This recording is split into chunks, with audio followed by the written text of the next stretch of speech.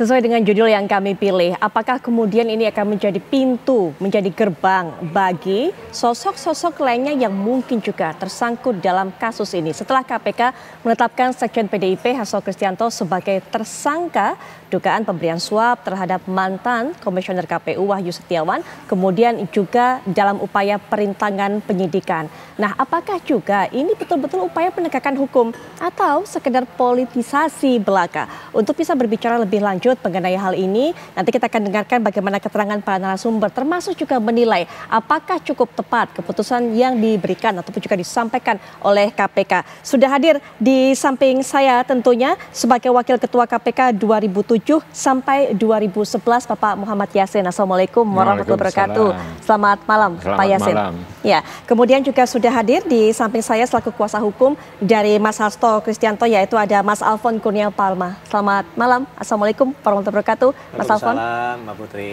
Baik, dan juga akan meninjau dari sudut pandang hukum pidana, dan beliau ini juga merupakan pakar hukum pidana Universitas Tarumanegara, Mas Heri Firmansyah. Assalamualaikum warahmatullahi wabarakatuh. Selamat malam Mas Heri. Waalaikumsalam warahmatullahi wabarakatuh. Selamat malam Mbak Putri. Baik, apa yang disampaikan oleh KPK kemarin menetapkan sebagai tersangka Mas Hasto ini ada pro dan kontra. Ada yang mengatakan ini betul-betul murni politisasi belaka. Ada yang mengatakan juga, wah ini merupakan penegakan hukum satu step maju, lebih ke depan lagi dari kasus yang melibatkan Harun Masiku ini. Mas Alfon.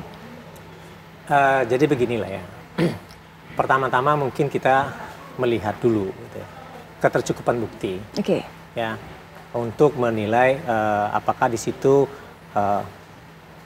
memang melampaui dari ambang batas dari keraguan, atau orang bilang itu adalah beyond reasonable doubt, gitu ya. Nah dari situ makanya aparat penegak hukum, dalam ini ada penyidik, itu akan mengatakan bahwa di situ ada dugaan tidak pidana. Satu.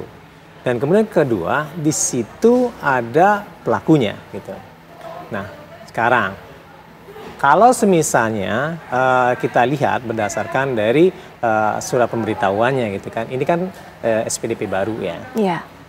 Nah SPDP baru ini kan ditandatangani oleh pimpinan baru, dan kemudian dalam jangka waktu tidak lebih dari seminggu, ini ada penyidikan baru, peristiwa baru ya, dan kemudian setelah itu ada tersangka, kan gitu kan.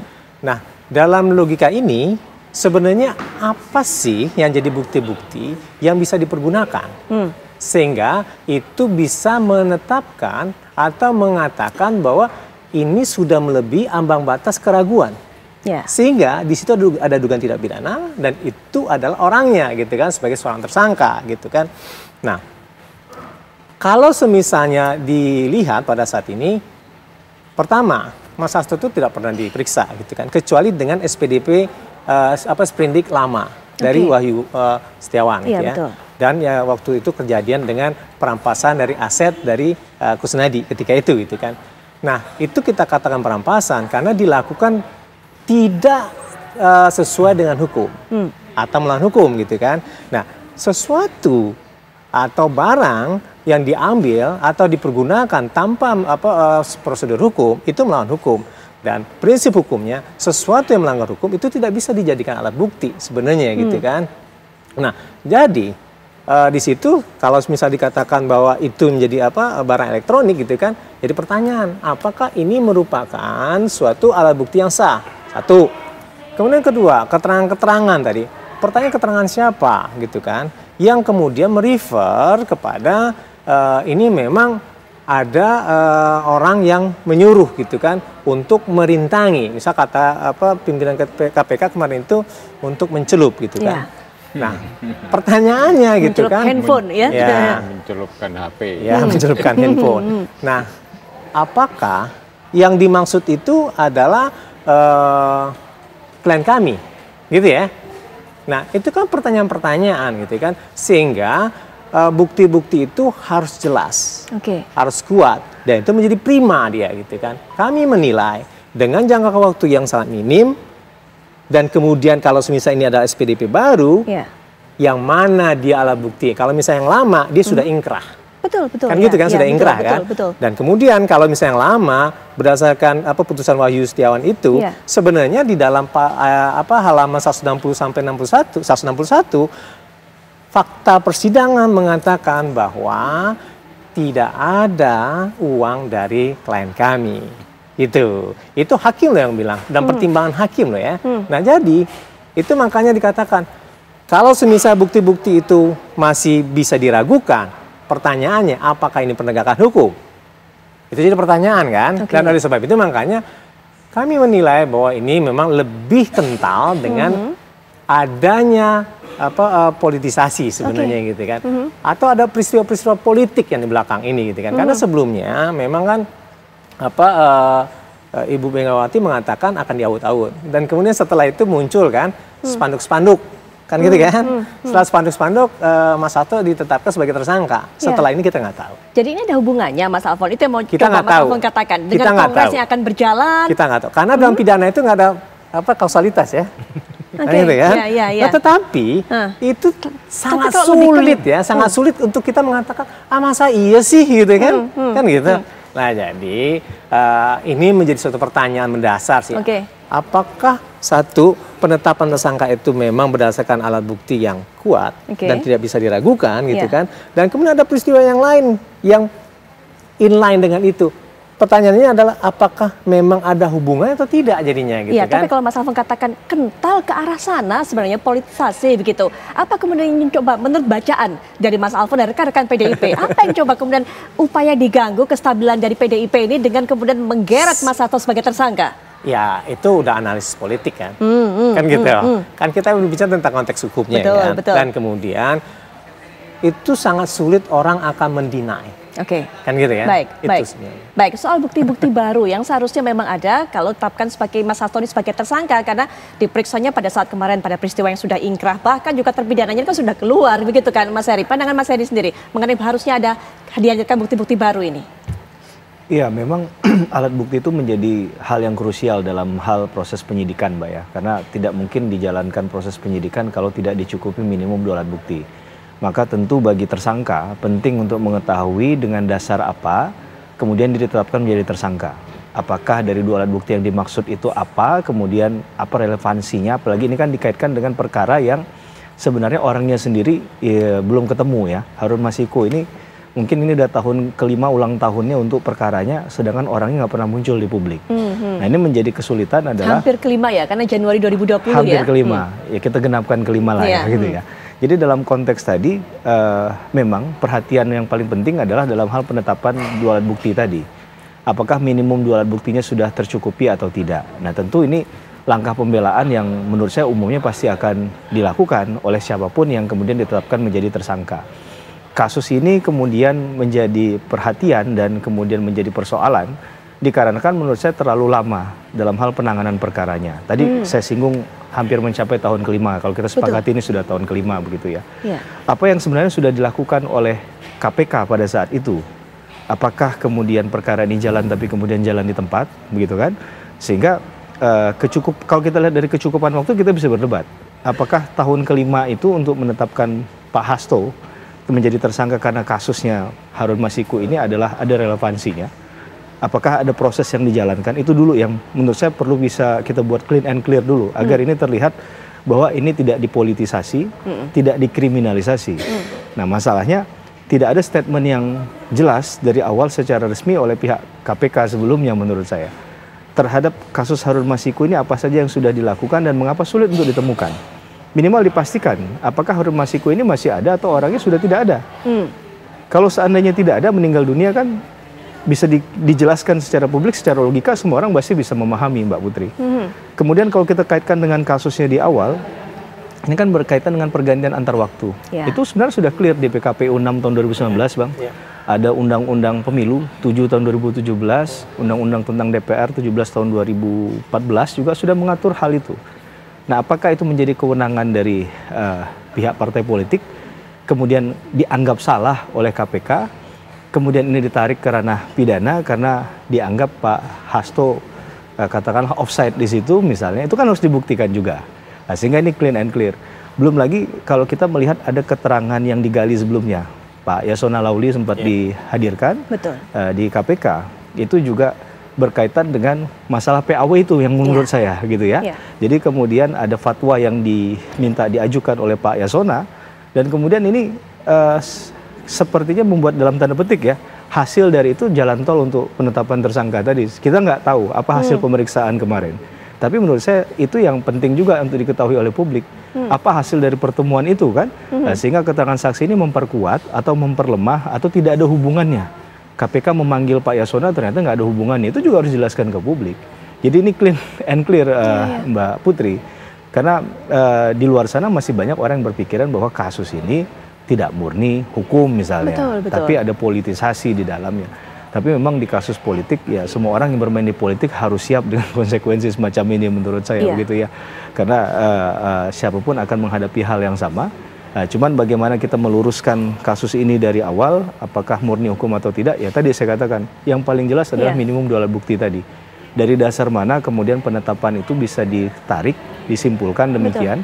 Jangan sampai misalnya ada istilah obstruction of justice. Kalau kita baca di bukunya Deborah C. England tentang obstruction of justice itu kan ada berkaitan dengan aiding suspects. Apakah ini famous obstructions, ataukah ini tampering with the evidence atau lying, yang mana? Yang berkaitan dengan pasal yang disangkakan kepada Pak Hasto. Kalau salah saya kemarin disampaikan begitu ya, ada yang berkaitan dengan obstruction of justice. Nah ini kan harus clean and clear tadi. Apakah itu memang ada kaitannya langsung dengan Harun Masiku atau kasus yang lain yang kemudian ya dalam tanda petik dicari-carikan tadi untuk kemudian diproses untuk menjadi penetapan tersangka. Ya, komunikasi tidak cukup clear, tidak cukup jelas, tidak cukup komprehensif dilakukan KPK kepada publik sehingga kemudian ada terkesan dicari-cari semuanya ini. Pak Yasin, bagaimana melihatnya Pak? Kasus ini kalau dari dikatakan oleh Mas Heri juga cukup lama penanganannya. Memang jalan di tempat seperti itu Pak? Apa kesusahannya sebenarnya kalau menurut Pak Yasin yang pernah juga ada di KPK? Ya, proses hukumnya itu kan sudah dilakukan. Dimulai dari Wahyu Setiawan dan orang kepercayaan Wahyu Setiawan kan sudah tersangka dan sekarang sudah keluar dari penjara bahkan ya seperti itu. Tapi kasus korupsi itu expire-nya atau masa kedaluarsanya itu 15 tahun. Ya.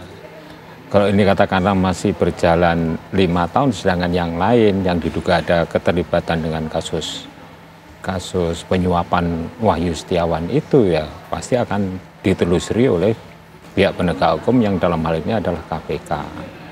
Tapi kalau kita merunut dari apa yang disampaikan oleh Ketua KPK pada waktu konferensi pers kemarin, itu kan sudah cukup jelas itu alurnya itu. Jadi kasus untuk memaksakan untuk PAW-nya itu yang sebenarnya itu Harun Masiku itu tidak memenuhi jumlah suara yang disyaratkan oleh DPR untuk bisa menjadi pengganti antar waktu, tapi kan dipaksakan yang bermanuver ini itu kan Hasto Kristianto yaitu Sekjen PDIP di situ. Diduga seperti itu alurnya dan itu akan lebih jelas sekali itu apabila nanti sudah naik ke pengadilan.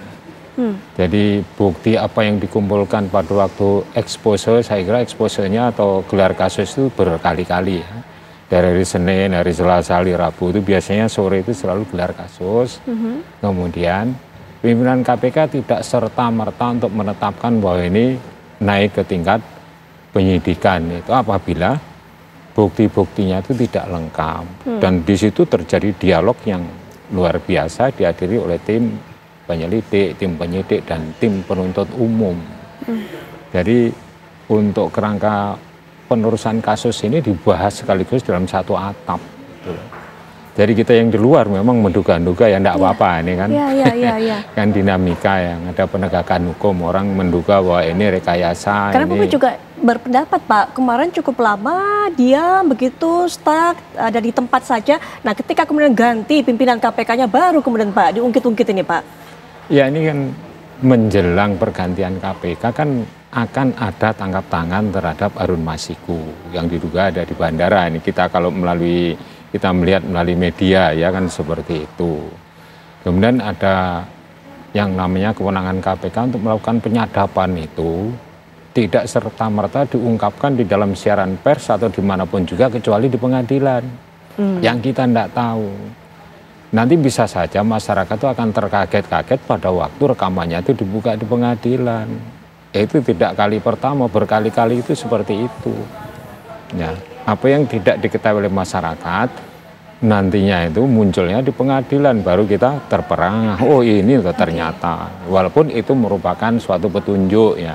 Baik. Tapi di dalam hukum pidana, khususnya korupsi itu kan bisa itu dipakai sebagai untuk dikumpulkan untuk bisa menuju kepada 2 alat bukti yang cukup sebagaimana diatur dalam pasal 42 Undang-Undang 30 2002 yaitu 19 tahun 2019.